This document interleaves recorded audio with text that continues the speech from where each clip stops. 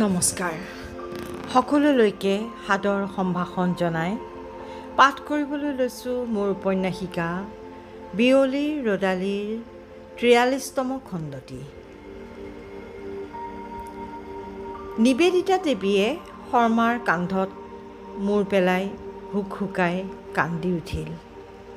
শৰ্মাৰো ধৈৰ্যৰ বান্ধ ছিগি গ'ল। সন্তানৰ দুৰৱস্থাই দুয়োকে বেজাৰেৰে পুতি পেলালে। নীৰৱে পৰস্পৰক আশ্বাস দিলে আশাৰে সকলো ঠিক হৈ যাব। ইফালে কানুৱে বৰডুবি ফৰেষ্ট আইবি পাইগৈ মানে দুপৰীয়া ১২ বাজিল। চৌধুৰী অৰ্ধচেতন অৱস্থাত শুই আছে। কেয়াৰটেকাৰজনে কানুক আগবঢ়াই নিলে। সি ক'লে, চাব কালি চৌধুৰী চাব গধূলিতে ওলাই গৈছিল। বহুত দেৰিলৈকে ঘূৰি নহা দেখি আমি খানা ইয়াতে ঢাকি শুই গ'লোঁ। ৰাতিপুৱা দেখিলোঁ চাহাব বাহিৰতে পৰি আছে, একেবাৰে গান নাই। এই কম্পাউণ্ডাৰ বাবুক মাতি আনিলোঁ।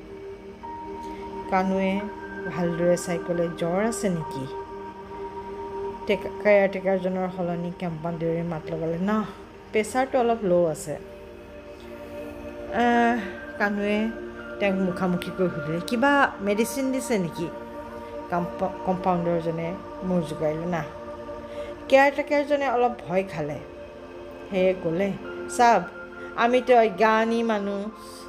এই দাদাক মাতি আনিলোঁ, বহীটোত নম্বৰটো পাই কেনে ফোন কৰিলোঁ। চাব আমাৰ কোনো দোষ নাই। কানুৱে কথাটো বুজি পাই ক'লে, ঠিক আছে ভয় কৰিব নালাগে, মই এনেইহে সুধিছোঁ। চৌধুৰীৰ গাত হেঁচা দি সুধিলে, বাবা বাবা শুনিছানে? বাবা শুনিছানে? মই কানু খুৰা, শুনিছানে বাবা? হেৰা পানী অলপ আনাচোন। অঁ এয়া। ওচৰৰ টেবুলখনতে থকা গিলাচটোৰ পৰা পানী লৈ কানুৱে প্ৰথমতে হাতত বাকিলে। তাৰপিছত চৌধুৰীৰ মুখ চকু মোহাৰি দিলে। চুলিৰ তলতেও তিতা হাতেৰে মোহাৰি দিলে। ফেনখনৰ স্পীডটো বঢ়াই দিলে। আকৌ মাতিলে, বাবা বাবা বাবা উঠা না, উঠা বাবা। লাহে লাহে চৌধুৰীয়ে চকু মেলিলে। কানু আৰু দুজন অচিনাকি মানুহ সন্মুখত দেখি তেওঁ অবাক হ'ল।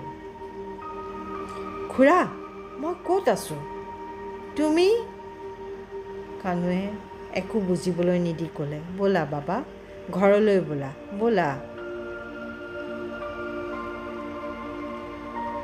কানুৱে গাড়ী লাহে লাহে সাৱধানে চলাইছে। কাষতে চৌধুৰী চকু মুদি অলসভাৱে বহি আহিছে। এটা কথাও আদান প্ৰদান হোৱা নাই। দুয়োজন যেন একেবাৰে অচিনাকি। চিটি নাৰ্ছিং হোমৰ গেটত যেতিয়া গাড়ীখন ৰৈ গ'ল, চৌধুৰী চক খাই গ'ল।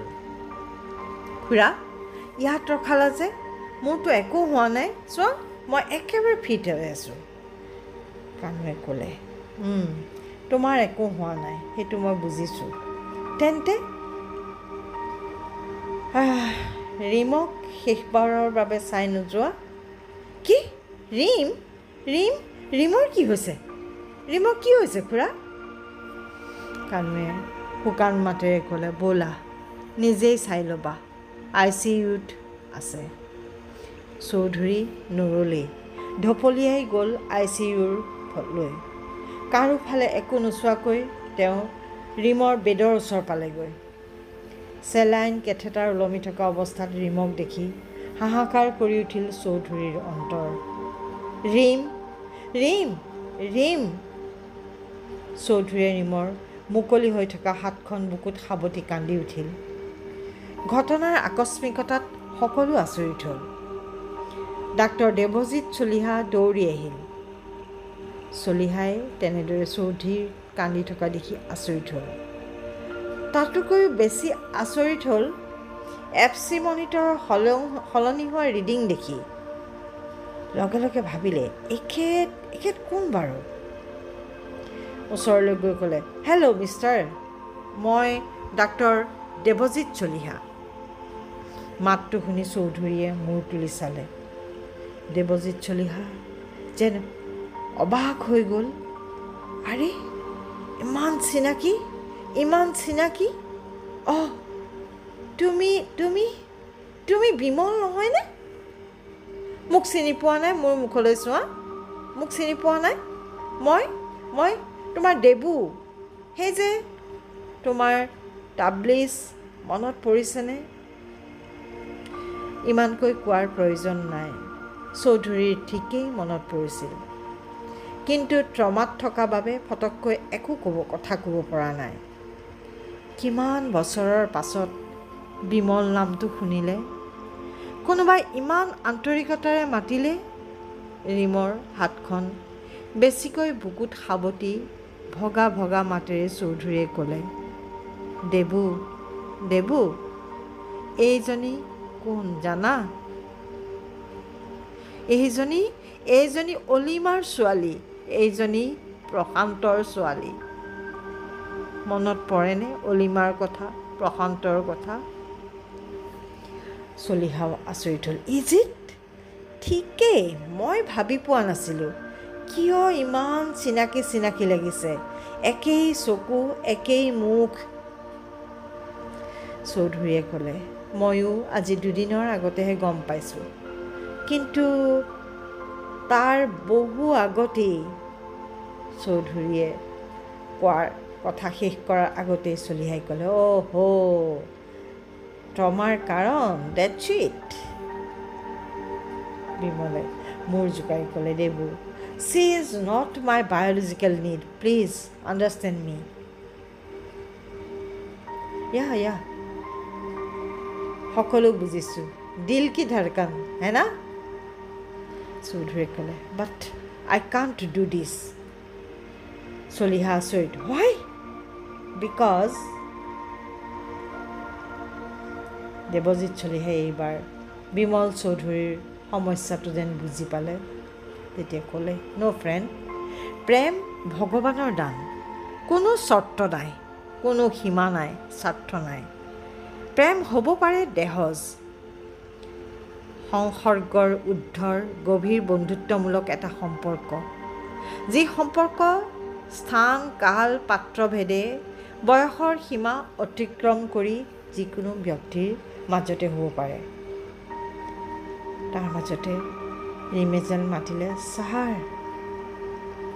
চলিহাই বিমলৰ গাত জোকাৰিলে, বিমল, লুক লুক, বাই পেচেণ্ট ৰেছপণ্ডেড, নাও জাষ্ট এ মমেণ্ট। চৌধুৰী অলপ আঁতৰি দিলত চলিহাই ৰীমৰ চেলাইন আৰু কেথেটাৰ অফ কৰি দিলে। ডাক্তৰ দেৱজিৎ চলিহা হাঁহি হাঁহি ওলাই গ'ল। চৌধুৰীয়ে আগবাঢ়ি গৈ ৰীমক সজোৰে সাৱটি ধৰিলে। কোনো সংকোচ নাই, কোনো দ্বিধা নাই, দুয়ো এক হৈ গ'ল। ৰীমে আধা ফুটা নুফুটা মাতেৰে ক'লে, ছাৰ, মোক এৰি নাযাব। নাযাওঁ, কেতিয়াও নাযাওঁ। আৰু এতিয়া বিয়া।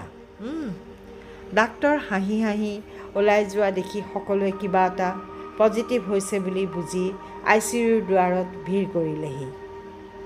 চৌধুৰী আৰু ৰীমক তেনেদৰে সুস্থ দেখি শৰ্মাই নকৈ নোৱাৰিলে, হে চৌধুৰী, ফটোখন চাই লওকচোন। চৌধুৰীয়ে ৰীমৰ চুলিৰ মাজতে মুখ লুকুৱালে, ফটো চাবলৈ সাহস নকৰিলে। পিছফালৰ পৰা কাণুৱে থাপ মাৰি নিলে ফটোখন।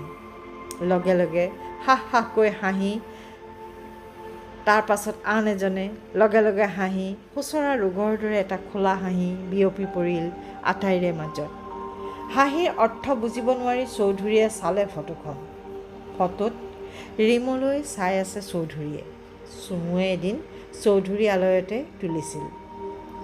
ইতিমধ্যে চুমু আহি পাইছিলহি। তাই জঁপিয়াই উঠিল, হেই, গন্ধৰ্ব বিবাহ হৈ গ'ল তাৰমানে। এতিয়া আচল বিয়া পাতিব লাগিব ককাইদেউ, ব'লা ব'লা ককাইদেউ, নহ'লে এই বান্দৰী আকৌ শুই দিব।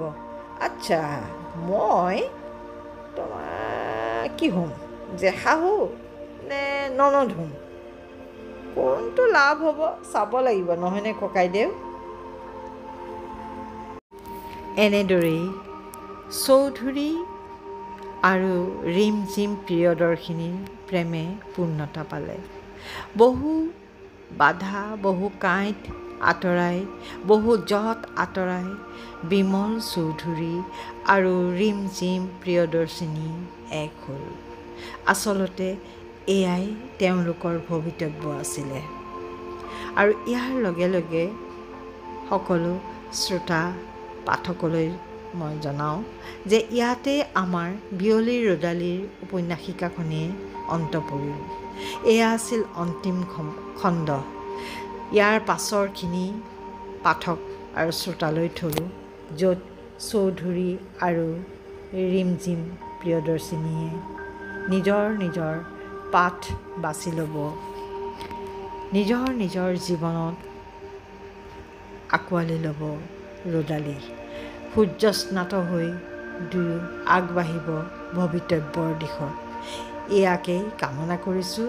সকলোলৈকে পুনৰবাৰ শ্ৰদ্ধা আৰু কৃতজ্ঞতা জনাই মই ডক্টৰ মলয়া বৰুৱা ভূঞাই এই উপন্যাসিকাখনিৰ অন্তিম খণ্ডটি পাঠ কৰিলোঁ। ধন্যবাদ।